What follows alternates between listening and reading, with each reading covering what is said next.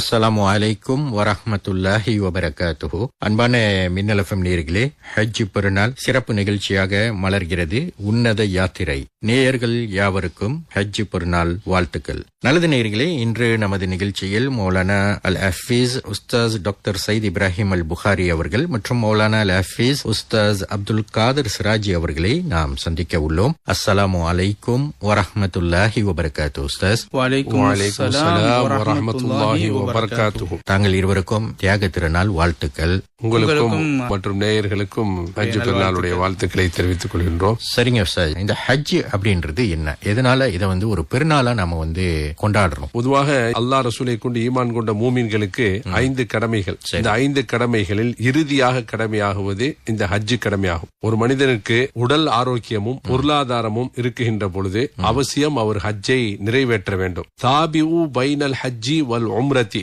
ஃபஇன்னஹுமா யன்ஃபியானி comma யன்ஃபில் கீரு ஹபதல் ஹதீதி அப்படின்னு சொல்லி ஒரு ஹதீஸ்ல நபி ஸல்லல்லாஹு அலைஹி வஸல்லம் சொல்லுவாங்க. ஹஜ்ஜையும் உம்ராவையும் ஒன்றன் பின் ஒன்றாக தொடர்ந்து விட்டு நீங்க நிறைவேற்றுங்க. அந்த இரண்டும் உங்களுடைய பாவங்களை எல்லாத்தையும் அழித்திரும்.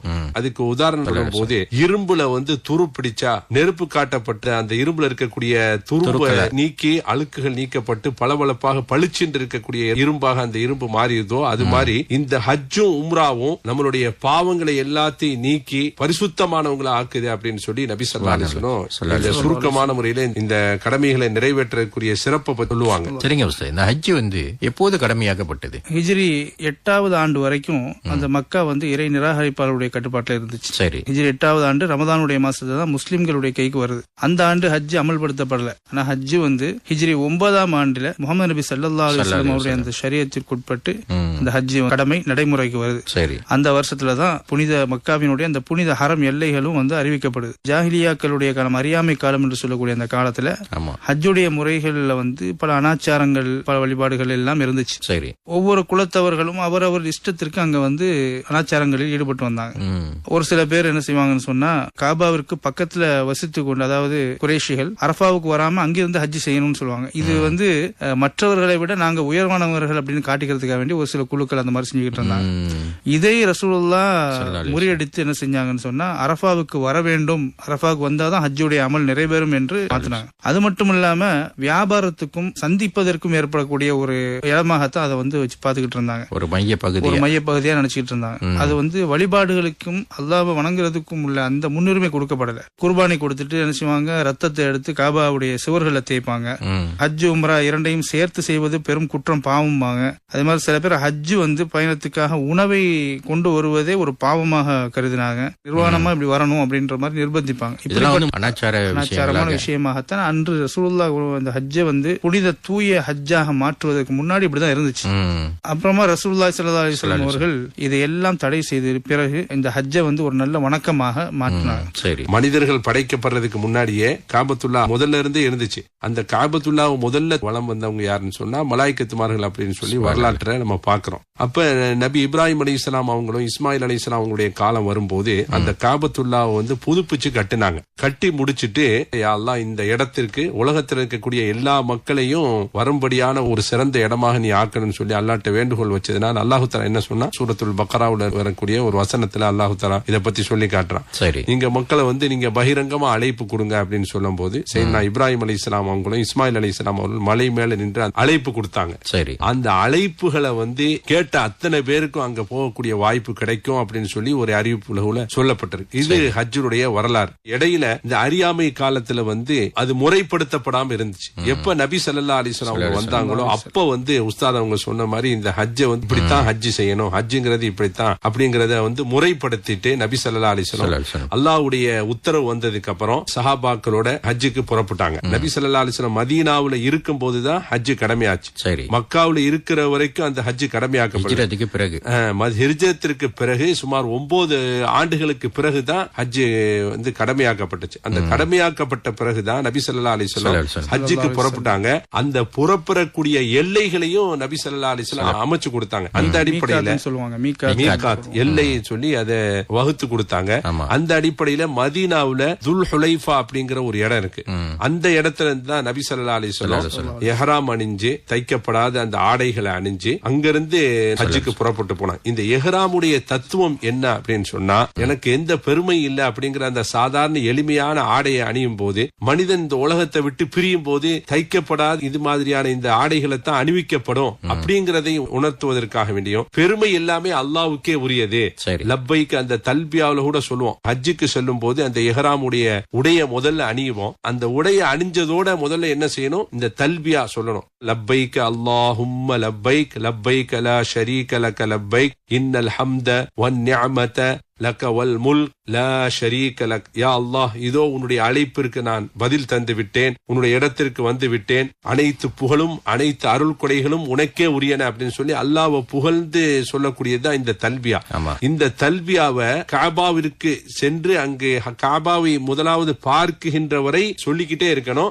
எப்ப நம்ம காபாவை பார்த்துட்டு அந்த ஹஜ்ஜுடைய கடமைகளை செய்ய ஆரம்பிக்கின்றோமோ அது வரைக்கும் அதை சொல்லிக்கிட்டே இருக்கணும். கடைசியா இறை இல்லமான அந்த காபாவை பார்த்ததோட தான் அதை நிப்பாட்டணும் அப்படின்னு சொல்லி நமக்கு அந்த சட்டத்தையும் வகுத்து தந்திருக்காங்க. ஆக இவ்வாறாக ஹஜ்ஜுங்கிறது ஒரு உன்னதமான கடமை.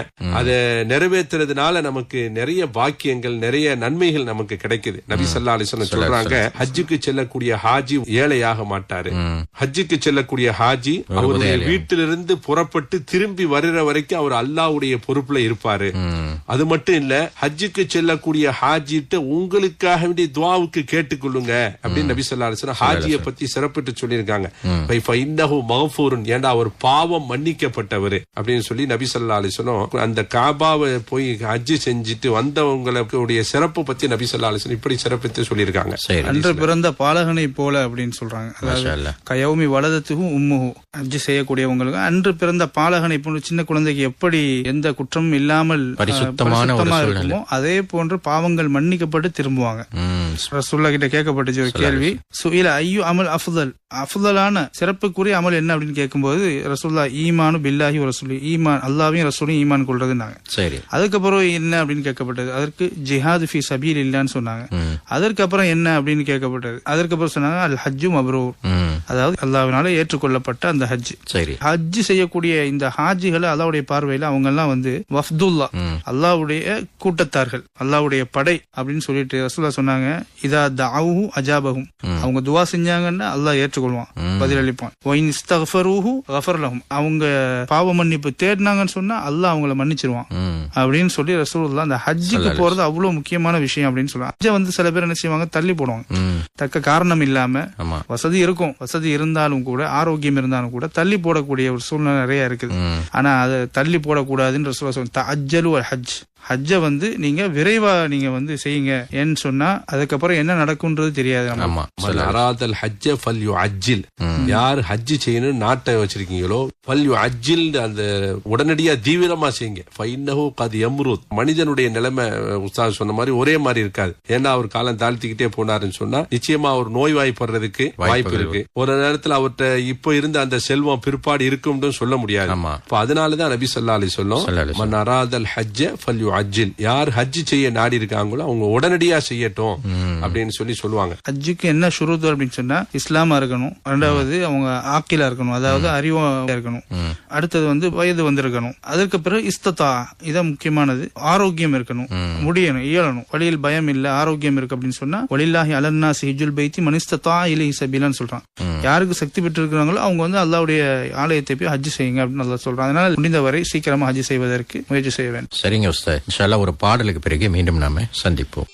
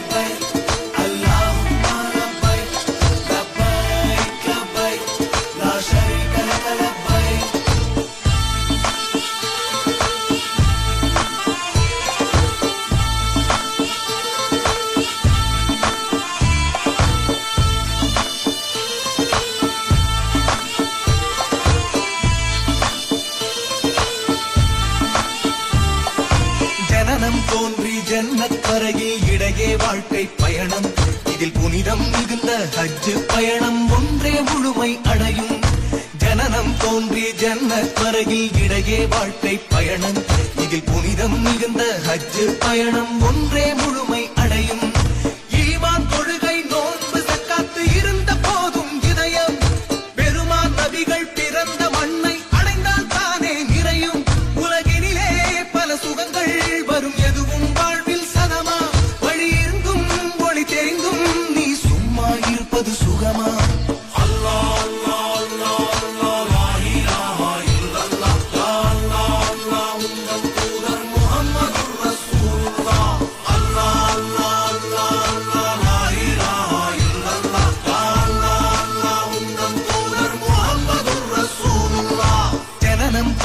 ஜன்னத் வரையில் இடையே வாழ்க்கை பயணம்.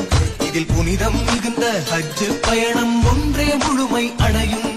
ஜனனம் தோன்றி ஜன்னத் வரையில் இடையே வாழ்க்கை பயணம். இதில் புனிதம் மிகுந்த ஹஜ் பயணம் ஒன்றே முழுமை அடையும்.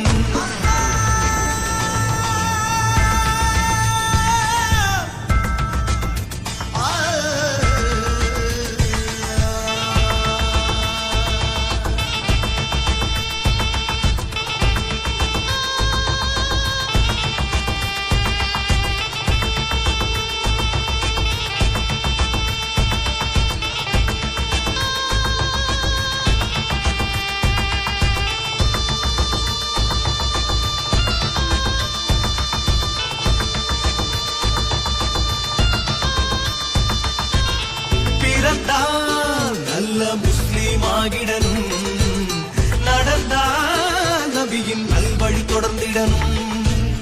இயன்றால் நாளும் ஈகை புரிந்திடனும், இறையின் இல்லம் கௌபாடைந்திடனும். அருள் நிறை மாமலை தினம் போது ஒரு குறை வாழ்வில் வாராது. அருள் நிறை மாமலை தினம் போது ஒரு குறை வாழ்வில் வாராது. உலகினிலே பல சுகங்கள் வரும், எதுவும் வாழ்வில் சதமா. வழி இருந்தும் ஒளி தெரிந்தும் நீ சும்மா இருப்பது சுகமா?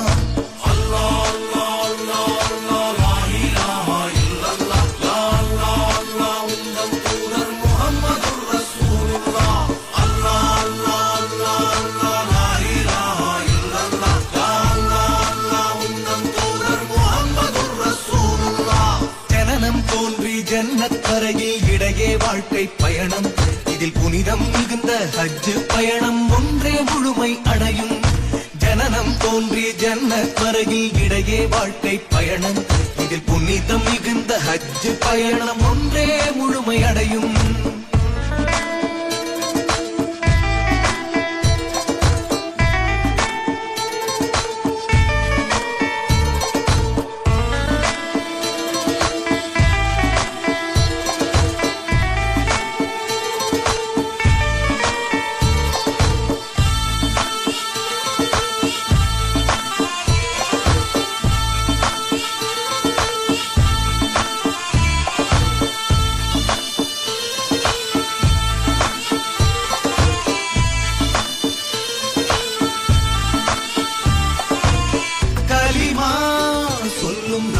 போய் வருமா? காணா இறைவன் கருணை கைவிடுமா? துனியா அந்த வாழ்க்கை நிரந்தரமா? தீனை மறந்து நின்றிட நீ மரமா? ஒரு முறையாயினும் ஹஜ் பயணம் இறைவனை வேண்டிடு நிறைவேறும்.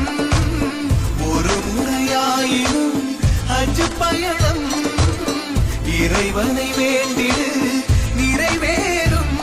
உலகினிலே பல சுகங்கள் வரும், எதுவும் வாழ்வில் சதமா. வழி இருந்தும் ஒளி தெரிந்தும் நீ சும்மா இருப்பது சுகமா?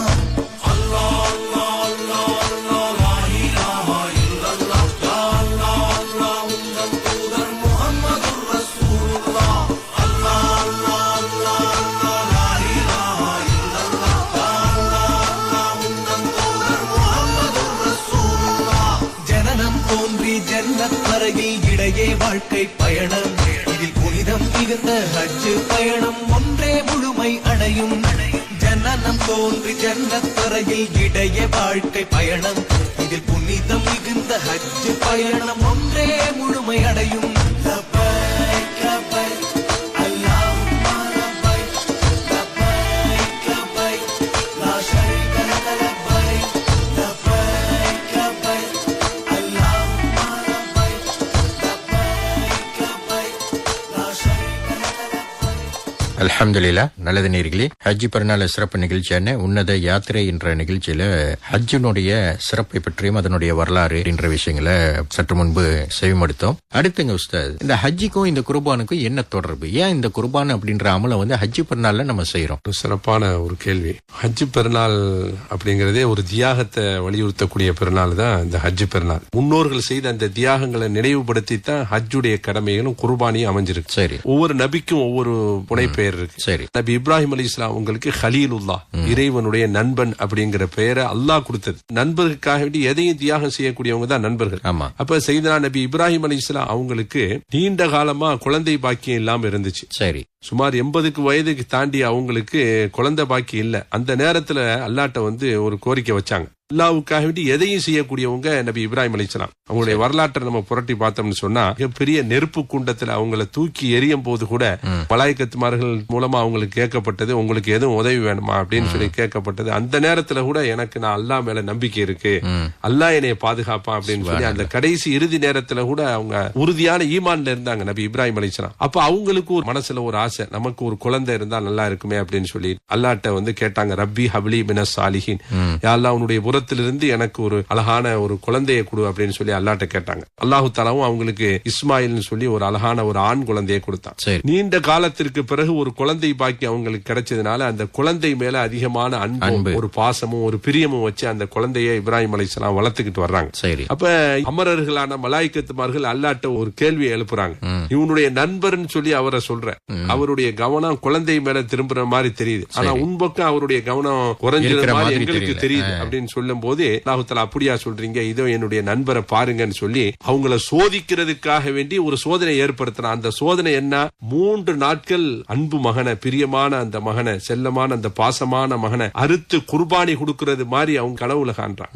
3 நாட்கள். முதல் நாள் கனவுல பார்த்துட்டு இது ஷைத்தானுடைய வேலையா இருக்குமோ, ஷைத்தான் தான் இப்படி நமக்கு மகனை அறுத்து குர்பானி கொடுக்கிற மாதிரி கனவுல காட்டுறானோன்னு சொல்லி கனவுல பாக்குறாங்க. 2வது நாளும் அவங்களுக்கு அது கனவுல காட்டப்படுது. 3வது நாளும் கனவுல காட்டப்பட்ட பிறகு அவங்க உறுதி செஞ்சுக்கிறாங்க, இது அல்லாஹ்வுடைய உத்தரவு தான் அப்படின்னு சொல்லி.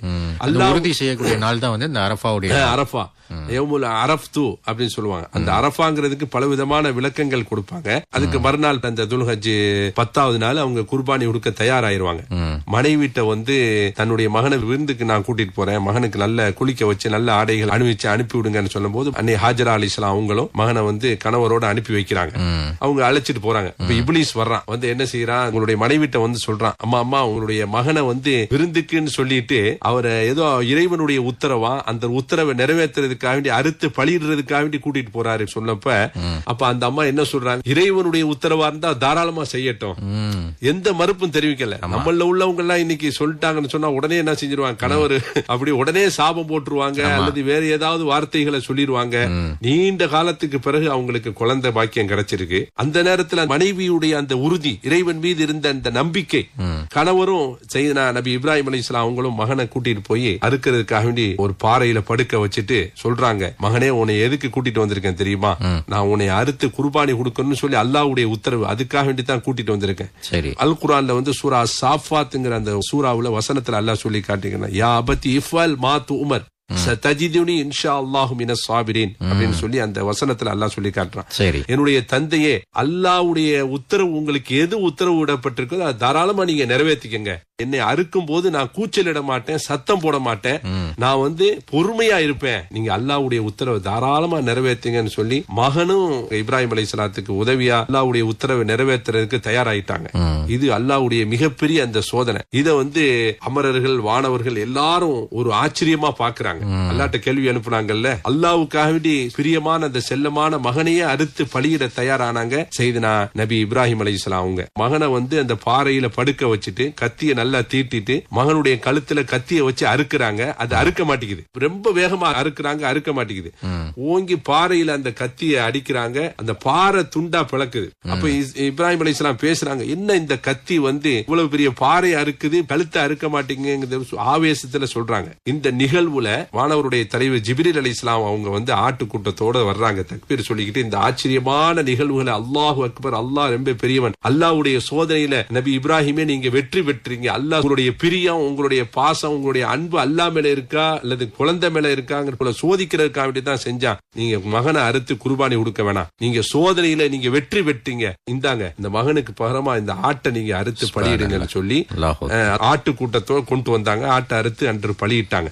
அதை நினைவுபடுத்தும் முகமாகத்தான் ஹஜ் பெருநாள் அன்று, அந்த துல்ஹஜ் பிறை 10 அன்று நம்ம உலகெங்கும் எல்லா மக்களும் குர்பானியை நிறைவேற்றுறாங்க. இது நடைபெற்றதும் துல்ஹஜ் பிறை 10 அப்படிங்கிற ஒரு தேதியில ஏற்பட்ட ஒரு சம்பவம் இல்லையா? அல்லாஹ் புகழ்ந்து சொல்றான், ஓ ஃபதைனாஹு பிதிபிஹின் அதீம், மகத்தான ஒரு பலியாக நம்ம மாற்றணும் அப்படின்ட்டு அல்லாஹ் தஆலா. ஒரு சுவாரஸ்யமான நிகழ்ச்சி என்னன்னா, ஜிப்ரீல் அலைஹிஸ்ஸலாம் அவர்கள் அவங்க ரொம்ப வேகமாக பயணித்து வந்த சில பயணங்களை பத்தி சொல்லப்படுது. ஃபத்ஹல் பாரி என்ற கிதாபுல 4 இடத்துல அந்த மாதிரி வந்திருக்காங்க ஜிப்ரீல் அலைஹிஸ்ஸலாம் அவர்கள். ஒண்ணு என்னன்னு சொன்னா, யூசுப் நபியை கிணத்துல தூக்கி போட்டாங்கல்ல, கிணத்துல போடும் பொழுது யூசுப் நபி உள்ள தண்ணியில போய் படுறதுக்கு முன்னாடியே ஜிப்ரீல் அலைஹிஸ்ஸலாம் வேகமா வானத்துல இருந்து அவங்கள காப்பாத்திருக்காங்க அல்லாஹ்வுடைய உத்தரவுப்படி. 2வது முகமது நபி ஸல்லல்லாஹு அலைஹி வஸல்லம் அவர்களுக்கு உஹது போர்ல முகத்துல காயம் ஏற்பட்டு ரத்தம் வழிந்து ஓடுகின்ற பொழுது அந்த ரத்தத்தை பூமியில் தாங்க விடாமல் ஓடி போய் நின்று என்ன செஞ்சாங்க, பிடிச்சாங்க. அதே மாதிரி இப்ராஹிம் நபி நெருப்பு குண்டத்துல தூக்கி போட்டாங்கல்ல, நம்ரூதுங்கிற ஒரு கொடுங்கல் அரசன் போட்டாங்க இல்லையா,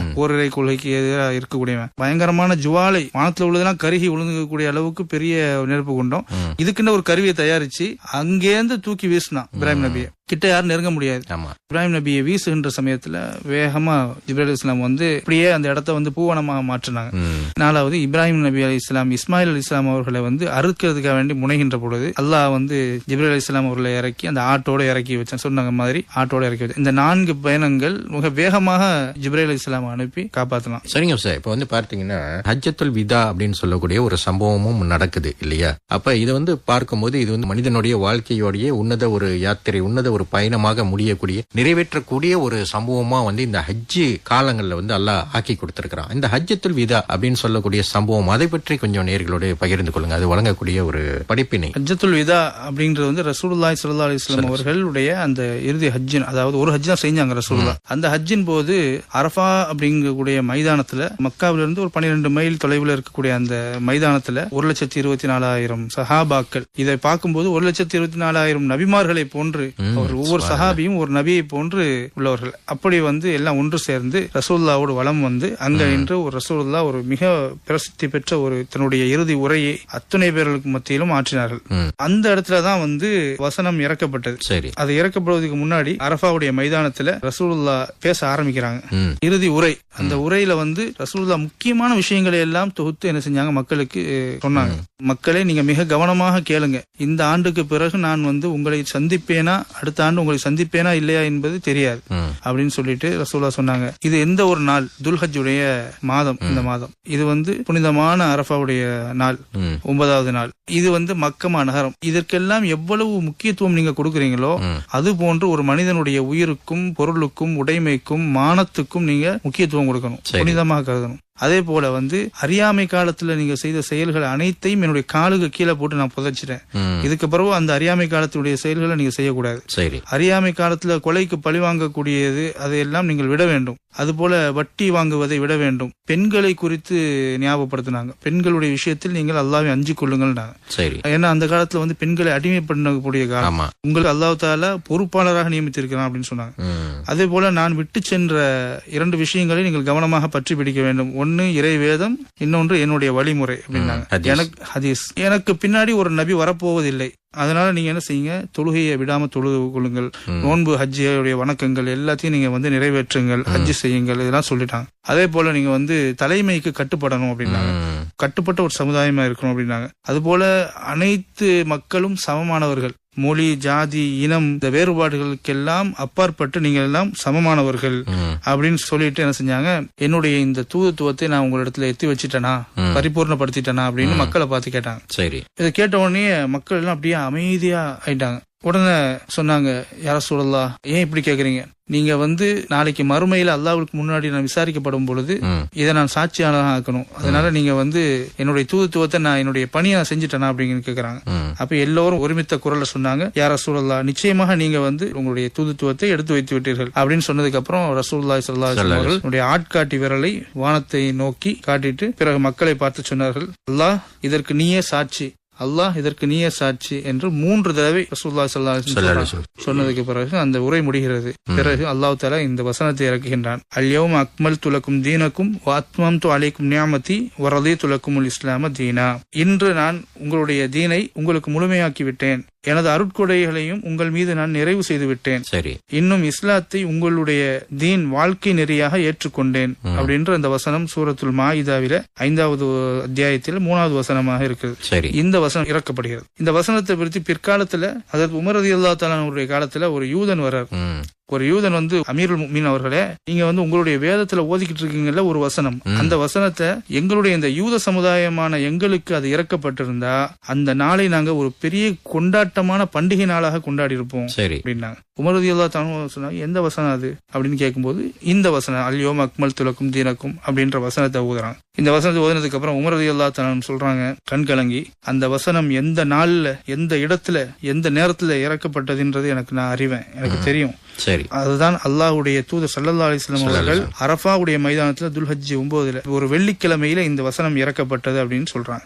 அதனாலதான் இந்த அரஃபாவுடைய தினத்துக்கு ஒரு பெரிய மகத்துவத்தை நம்ம கொடுக்கிறோம். சரிங்க சார், மிகவும் சிறப்பான முறையில ஹஜ்ஜி அப்படின்ற அந்த பயணம் ஒரு உன்னத யாத்திரை, மனிதனுடைய வணக்க வழிபாடுகள்ல மட்டும் இல்லாம தொடர்ந்து வரக்கூடிய நம்மளுடைய ஆரம்ப கால ஆதம் நபி முதல் முகமது நபி ஸல்லல்லாஹு அலைஹி வஸல்லம் அவங்களுடைய காலம் வரை ஒரு உன்னதமான பயணம் மனிதனுடைய வாழ்க்கைக்கு மற்றும் இந்த சத்திய சன்மார்க்கத்துக்கான ஒரு சம்பூர்ணமான பயணம் என்பதை இந்த வரலாறுகள் நமக்கு நிரூபித்து காட்டுகின்றன. சரிங்க உஸ்தாத், மீண்டும் தங்களுக்கு ஹஜ்ஜி பெருநாள் வாழ்த்துக்கள். இன்ஷாஅல்லாஹ் மீண்டும் சந்திப்போம். அஸ்ஸலாமு அலைக்கும் வரஹ்மத்துல்லாஹி வபரகாத்துஹு. வலைக்கும் அஸ்ஸலாம் வரஹ்மத்துல்லாஹி வபரகாத்துஹு. அல்லாஹும்ம ர்ஸுக்னா ஹஜ்ஜ பைத்திக்கல் ஹரம் வ ஸியாரத ரௌதத நபியினா முஹம்மதின் ஸல்லல்லாஹு அலைஹி வஸல்லம் வ ஷஃபாஅத்துஹு யௌமல் கியாமத்தி. யா அல்லாஹ், யா ரஹ்மான், யா ரஹீம், யா அல்லாஹ் கிருபையாளனே, உன்னுடைய புனிதமான இல்லமாகிய கஅபாவை ஹஜ்ஜும் உம்ராவும் செய்யக்கூடிய பாக்கியத்தையும், பெருமானார் நபி ஸல்லல்லாஹு அலைஹி வஸல்லம் ரௌலாவை ஜியாரத் செய்யக்கூடிய பாக்கியத்தையும் எங்கள் அனைவர்களுக்கும் யா அல்லாஹ் தந்தருள் புரிவாயாக என்று இந்த தியாக திருநாளிலே நாங்கள் பிரார்த்தனை செய்கின்றோம். யா அல்லாஹ், யா அல்லாஹ், உலகெங்கும் அனைத்து மக்களையும் யா அல்லாஹ் நீ பாதுகாப்பாயாக. குறிப்பாக பிலஸ்தீனிலே யா அல்லாஹ் இருக்கக்கூடிய அனைத்து சகோதர முஸ்லிம்களையும் யா அல்லாஹ் நீ பாதுகாப்பாயாக. அவர்களுக்கு யா அல்லாஹ் எல்லா விதமான உதவிகளையும் யா அல்லாஹ் நீ செய்தருள் புரிவாயாக. உலகில் எங்கெங்கெல்லாம் அநியாயம் இழைக்கப்படுகின்றார்கள் அங்கெல்லாம் யா அல்லாஹ் அவர்களுக்கு உன்னுடைய பாதுகாப்பை யா அல்லாஹ் நீ தந்தருள் புரிவாயாக. எல்லா மக்களுக்கும் யா அல்லாஹ் நீ உன்னுடைய பாதுகாப்பையும் வெற்றியையும் யா அல்லாஹ் நீ தந்து இந்த நாளிலே எல்லா மக்களுக்கும் யா அல்லாஹ் நீ மகிழ்ச்சியை தந்தருள் புரிவாயாக. ரப்பனா ஆத்தினா ஃபித் துன்யா ஹஸனா வ ஃபில் ஆখিরাতি ஹஸனதன் வ கினா அஸாபன் நார். வ ஸல்லல்லாஹு அலா சய்யிதினா முஹம்மதி வ ஆலிஹி வ ஸஹ்பிஹி அஜ்மஈன். அல்ஹம்துலில்லாஹி ரப்பில் ஆலமீன். ஆமீன். நல்லது அன்பான மின்னல் எஃப்எம் நேயர்களே, ஹஜ்ஜி பெருநாள் சிறப்பு நிகழ்ச்சியான உன்னத யாத்திரை என்ற நிகழ்ச்சியில் இன்று நம்மோடு பல சுவாரஸ்யமான தகவல்களை பகிர்ந்து கொண்டவர்கள் மௌலானா அல் ஹஃபீஸ் உஸ்தாஸ் அப்துல் காதர் சிராஜி அவர்கள் மற்றும் மௌலானா அல் ஹஃபீஸ் உஸ்தாஸ் டாக்டர் சயீத் இப்ராஹிம் அல் புகாரி அவர்கள். மீண்டும் நேயர்கள் யாவருக்கும் ஹஜ்ஜி பெருநாள் வாழ்த்துக்களை கூறி விடைபெறுகின்றேன். ஜக்கீம் ஒலிபரப்பு பிரிவிலிருந்து அப்துல் கனி. அஸ்ஸலாமு அலைக்கும் வரஹ்மத்துல்லாஹி வபரகாத்துஹு.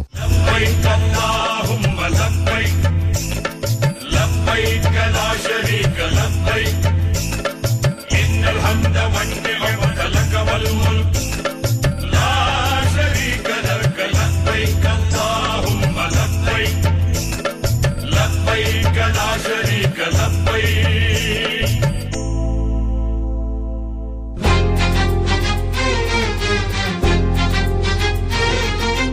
ஹஜ்ஜி பெருநாள் சிறப்பு நிகழ்ச்சிகள் நேயர்களே, இன்று மாலை மணி 4:30க்கு குர்பானி ஹஜ்ஜி பெருநாள் சிறப்பு நாடகம், இரவு மணி 9:15க்கு தியாக சிந்தனை ஆகிய சிறப்பு நிகழ்ச்சிகள் ஒளியேற உள்ளன. செவியேற்க தவறாதீர்கள். இதுவரை இடம்பெற்றது